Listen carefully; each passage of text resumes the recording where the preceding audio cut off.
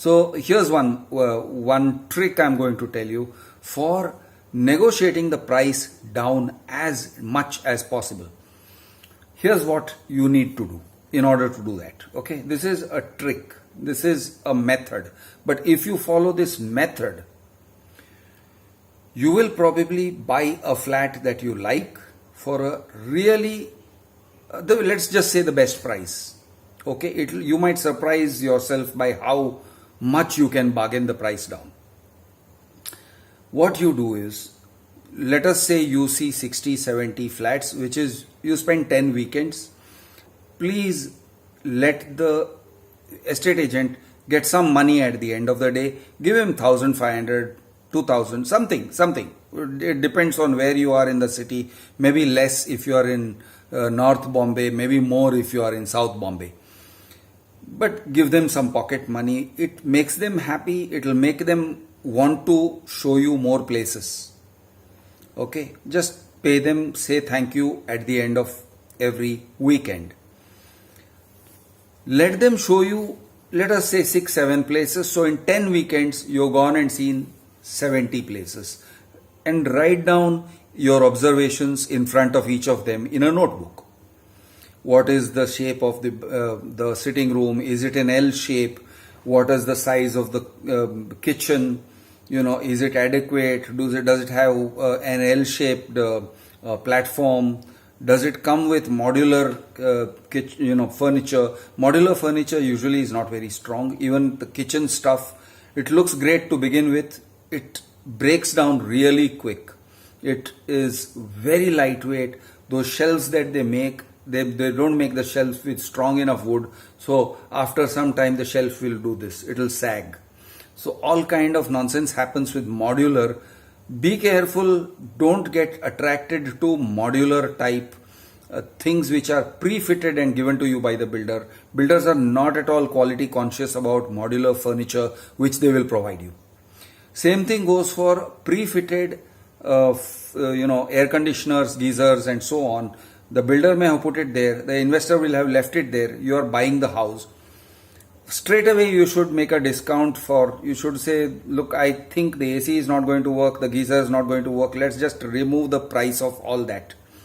Okay. Let's remove the price of all that and then let's negotiate. So this is the way to negotiate with an investor. Don't include the price of, or don't take the air conditioners and all those things which the builder has fitted already into account. So this is something you can definitely do, and most investors will also see that you're being quite reasonable. Let us say you have shortlisted 3 flats out of them which you like. Some of them are slightly more costly. Some of them are very much within your budget, but then you don't like it so much because there are some minus points, like it doesn't have cross ventilation, or you don't like it that they don't have 3 bathrooms, they only got 2 bathrooms, or they don't have a common bathroom, they only have attached bathrooms which are attached to the bedroom. Or you may not like a flat because, hey, it doesn't have any attic space, or the walls are made of hollow brick, so you can't knock things, you can't knock a nail into it, so you can't support stuff from the wall. It'll just fall down, it'll break, it's brittle. So these are things you make observations about, but then you say, okay, but I still like this house very much because in all other ways it is good. So in this way you make a short list of 2-3 flats which you like and what you like about them. Then you have an order of preference. So you say this flat which has everything that I like is number 1, and then the second one is a little bit of a compromise, and then the third one is another bit of a compromise. So in this way you can come up with a short list where you have order of preference 1, 2, 3, 4. Now once you have got that, now you need to negotiate and get the right price. Okay. Ideally, I would say that you should have looked at places which are slightly outside your budget, slightly above your budget, maybe 5 lakhs outside your budget. Now you will say, Krish, they don't negotiate 5 lakhs, they will only negotiate 1 lakh. Don't say that, don't think that. You can negotiate, just be smart about it. So here's how I would suggest you should do it. First of all, tell your broker to stand out of the way. Okay, by now you should have built up a good rapport with your broker. Tell him, boss, I'm going to give you your brokerage 1.5%, whatever, 2% if you want, but I will speak to the seller. I don't want you interfering.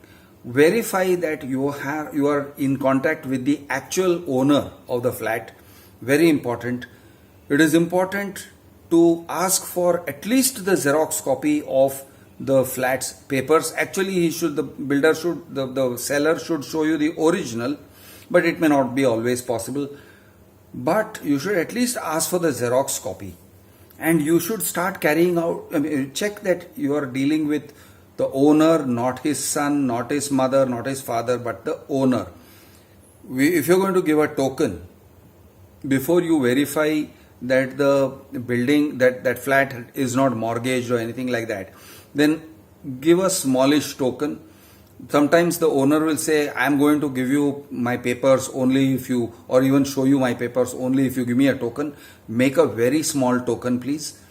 Don't make a big token. First of all, close on the price. Once you have come to a certain price which both of you agree on, only then you give a token, not before that. And don't be in a hurry to give a token. Brokers will often push you to pay the token. They will say, this house is like, it's going to really sell very fast and all that. Don't believe them. Maybe true, it is possible, but most of the time, if something goes out of the market, that gets sold, then something else will come into the market. So there is no need for you to think that this was a one and only chance and golden chance, and if it's gone, you have a disaster. You should not have that mindset.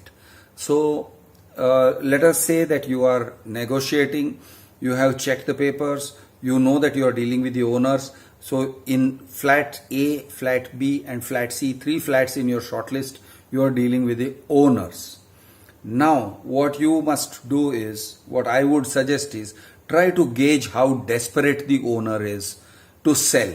How do you get that?